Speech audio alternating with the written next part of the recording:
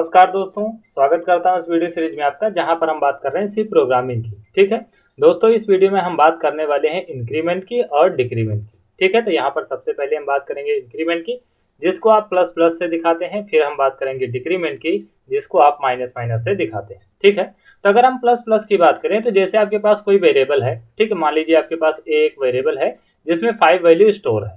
ठीक है, 5 value store है, तो अगर आप करते हैं ए प्लस प्लस, ठीक है, अगर आप ए प्लस प्लस करते हैं तो ये प्लस प्लस क्या करता है, ए की वैल्यू को एक इंक्रीमेंट कर देता है। ठीक है, ए की वैल्यू को एक इंक्रीमेंट कर देता है, यानी ये कर देगा A equal to A plus one.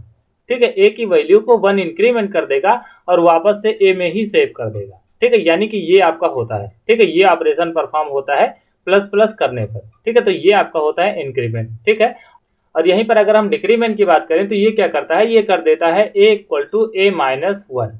ठीक है, मतलब जिस वैल्यू पर भी आप माइनस माइनस लगाते हैं, ठीक है, जिस वेरिएबल पर भी आप माइनस माइनस लगाते हैं, उसकी वैल्यू को ये 1 डिक्रीमेंट कर देता है और वापस से उसी वेरिएबल में सेव कर देता है। ठीक है, तो ये आपका होता है इंक्रीमेंट और ये आपका होता है डिक्रीमेंट। ठीक है, तो इंक्रीमेंट क्या करता है, ये किसी भी वेरिएबल की वैल्यू को एक इंक्रीमेंट कर देता है, वापस उसी वेरिएबल में सेव कर देता है। और डिक्रीमेंट क्या करता है, वेरिएबल में से एक वैल्यू माइनस कर देता है, यानी कि 1 माइनस कर देता है और वापस उसी वेरिएबल में सेव कर देता है। ठीक है, अब देखिए आपका इंक्रीमेंट जो होता है वो दो तरीके का होता है। ठीक है, दोनों को दो पार्ट में कैटेगराइज किया गया है। जैसे आपका इंक्रीमेंट होता है वो भी दो तरीके का होता है, और जो आपका डिक्रीमेंट होता है वो भी दो तरीके का होता है। तो पहले हम इंक्रीमेंट देख लेते हैं। तो इंक्रीमेंट को दो पार्ट में कैटेगराइज किया गया है। पहला आपका है प्री इंक्रीमेंट, दूसरा आपका है पोस्ट इंक्रीमेंट। देखिए सबसे पहले हम बात कर लेते हैं प्री इंक्रीमेंट।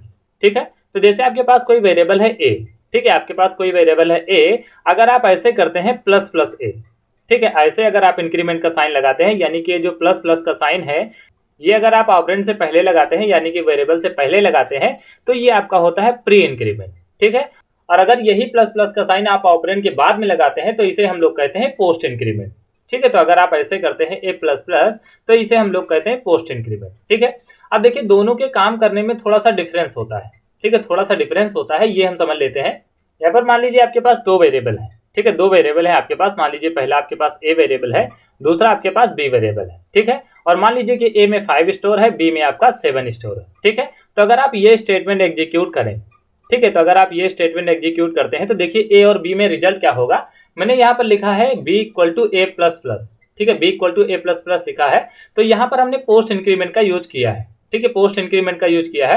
तो देखिए पोस्ट इंक्रीमेंट क्या करता है, जैसे यहाँ पर दो चीजें हो रही हैं। ठीक है, दो चीजें हो रही हैं, एक तो ए इंक्रीमेंट हो रहा है, ठीक है, एक तो ए इंक्रीमेंट हो रहा है, और दूसरे यहाँ पर इसकी वैल्यू इंक्रीमेंट होने के बाद में बी में असाइन हो रही है। ठीक है, दो चीजें यहाँ पर हो रही, मतलब असाइनमेंट भी हो रहा है और इंक्रीमेंट भी हो रहा है। ठीक है, तो अगर आप यहाँ पर पोस्ट इंक्रीमेंट लगाते हैं, ठीक है, तो अगर आप यहाँ पर पोस्ट इंक्रीमेंट लगाते हैं तो यहाँ पर क्या होगा, पहले बी में वैल्यू पहुंच जाएगी। ठीक है, पहले बी में ए की वैल्यू पहुंच जाएगी, यानी कि बी में पहुंच जाएगा 5। ठीक है, बी में पहुंच जाएगा 5, फिर क्या होगा, ए की वैल्यू 1 इंक्रीमेंट हो जाएगी, ये हो जाएगा ए इक्वल टू ए प्लस 1, यानी कि ए में हो जाएगा 6।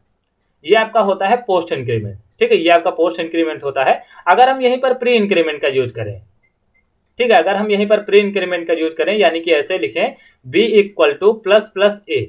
ठीक है, अगर B equal to plus plus A लिखते हैं तो ये क्या करेगा, ये पहले ए की वैल्यू को इंक्रीमेंट कर देगा। ठीक है, यहाँ पर प्री इंक्रीमेंट का यूज हुआ है, तो ये पहले ए की वैल्यू को इंक्रीमेंट कर देगा, यानी पहले कर देगा A equal to A plus 1।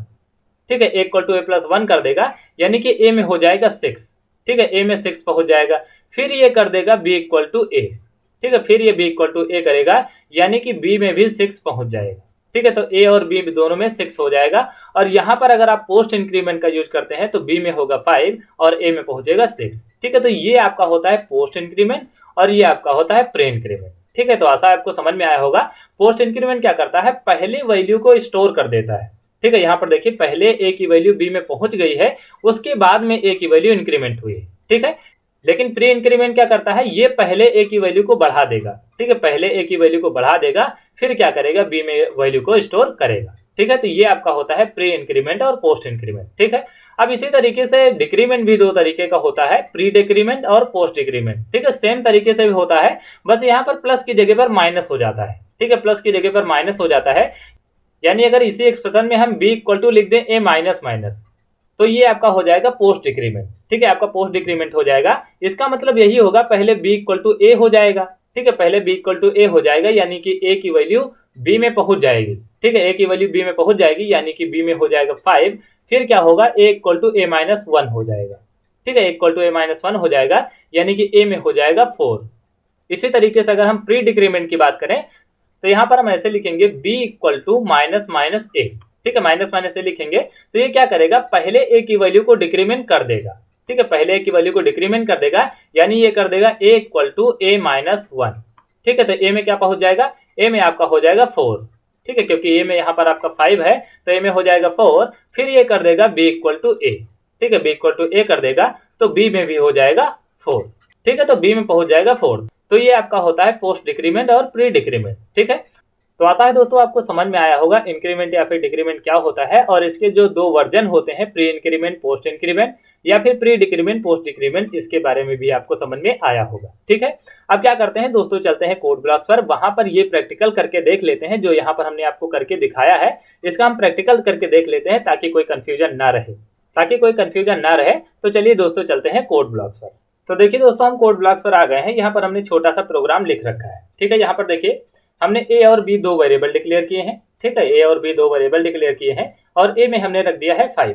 ठीक है, a में हमने 5 रख दिया है और b में हमने कोई वैल्यू नहीं रखी है, क्योंकि b की वैल्यू का कोई सेंस यहाँ पर नहीं बनता है। ठीक है, देखिए यहाँ पर हमने लिखा है b equal to a plus plus. ठीक है, b equal to a plus plus लिखा है, तो यहाँ पर हमने पोस्ट इंक्रीमेंट का यूज किया है। ठीक है, पोस्ट इंक्रीमेंट का यूज किया है, तो यहाँ पर क्या होगा, पहले a की वैल्यू b में पहुंच जाएगी। ठीक है, पहले a की वैल्यू b में पहुंच जाएगी, उसके बाद में a की वैल्यू इंक्रीमेंट हो जाएगी। ठीक है, तो यहाँ पर देखिए a और b की वैल्यू को हमने प्रिंट किया है। तो यहाँ पर जब ये प्रोग्राम एग्जीक्यूट होगा, ठीक है, जब ये प्रोग्राम एग्जीक्यूट होगा तो क्या होगा, पहले a की वैल्यू b में पहुंच जाएगी, यानी कि b में पहुंच जाएगा 5। उसके बाद में a इंक्रीमेंट होगा, यानी कि a में हो जाएगा 6। ठीक है, तो देखिए अगर हम इस प्रोग्राम को रन करें तो आपको a में मिलेगा 6 और b में मिलेगा 5। तो इस प्रोग्राम को हम आपको रन करके दिखाते हैं। तो देखिए दोस्तों, आपका प्रोग्राम रन हुआ है और जैसा आंसर हमने आपको बताया था सेम आंसर आपको मिला है। ठीक है, a की वैल्यू 6 हो गई है और b की वैल्यू 5 ही है, यानी कि पहले b इक्वल टू a हो गया है, यानी कि a की वैल्यू पहले b में पहुंच गई है, उसके बाद में a की वैल्यू इंक्रीमेंट हुई है। ठीक है, तो ये आपका होता है पोस्ट इंक्रीमेंट। अब देखिए हम प्री इंक्रीमेंट को यूज करके देखते हैं। ठीक है, यहाँ पर देखिए हमने प्लस प्लस बाद में लगाया था, इस प्लस प्लस को हम पहले लगा देते हैं, तो ये आपका हो जाएगा प्री इंक्रीमेंट। ठीक है, ये आपका हो गया प्री इंक्रीमेंट। अब देखिएगा पहले a की वैल्यू इंक्रीमेंट हो जाएगी। ठीक है, पहले a की वैल्यू इंक्रीमेंट हो जाएगी, उसके बाद में b में वैल्यू असाइन होगी, यानी कि पहले a की वैल्यू 6 हो जाएगी, क्योंकि a में पहले से 5 है, तो a की वैल्यू पहले 6 हो जाएगी, उसके बाद में b में वैल्यू पहुंचेगी। तो यहाँ पर क्या होगा, a की b वैल्यू 6 होगी और b की b वैल्यू 6 होगी। ठीक है, तो देखिए इस प्रोग्राम को हम रन कराते हैं, आपको a में भी वैल्यू 6 मिलेगी और b में भी वैल्यू 6 मिलेगी। तो यहाँ पर देखिए दोस्तों, आपका प्रोग्राम रन हुआ है और आपको a में भी वैल्यू 6 मिली है और b में भी वैल्यू 6 मिली है। ठीक है, तो ये आपका होता है पोस्ट इंक्रीमेंट और प्री इंक्रीमेंट। ठीक है, अब देखिए यहाँ पर अगर हम डिक्रीमेंट का यूज करें, ठीक है, यहाँ पर हमने माइनस माइनस लगा दिया, तो ये आपका क्या हो गया, ये आपका हो गया प्री डिक्रीमेंट। ठीक है, प्री डिक्रीमेंट हो गया। तो यहाँ पर देखिए पहले a की वैल्यू डिक्रीमेंट हो जाएगी। ठीक है, पहले a की वैल्यू डिक्रीमेंट हो जाएगी, यानी कि a की वैल्यू 5 थी, हो जाएगी 4। फिर b में असाइन होगी, तो a और b में दोनों में वैल्यू क्या हो जाएगी, दोनों में वैल्यू हो जाएगी 4। ठीक है, तो देखिए इसको हम रन करते हैं, आपको दोनों में a और b में दोनों में वैल्यू 4 मिलेगी। तो यहाँ पर देखिए दोस्तों, आपका प्रोग्राम रन हुआ है, यहाँ पर a में भी 4 है और b में भी 4 है। ठीक है, अब देखिए अगर हम यहीं पर कर दें पोस्ट डिक्रीमेंट, देखिए यहाँ पर हमने माइनस माइनस बाद में लगा दिया। ठीक है, माइनस माइनस बाद में लगा दिया। अब ये क्या हो गया, आपका हो गया पोस्ट डिक्रीमेंट। ठीक है, पोस्ट डिक्रीमेंट हो गया। अब क्या होगा, पहले a की वैल्यू b में असाइन हो जाएगी। ठीक है, पहले a की वैल्यू b में असाइन हो जाएगी, मतलब पहले हो जाएगा b इक्वल टू a, यानी कि a में वैल्यू थी 5, वो b में पहले पहुंच जाएगी। ठीक है, तो पहले b इक्वल टू a हो जाएगा, यानी b में पहुंच जाएगा 5, उसके बाद में a की वैल्यू डिक्रीमेंट होगी, फिर a में हो जाएगा 4। ठीक है, तो देखिए अगर हम इस प्रोग्राम को रन कराएं तो आपको b में मिलेगा 5 और a में मिलेगा 4। ठीक है, तो इसको हम रन कराते हैं। तो देखिए दोस्तों, आपको a में मिला है 4 और b में मिला है 5।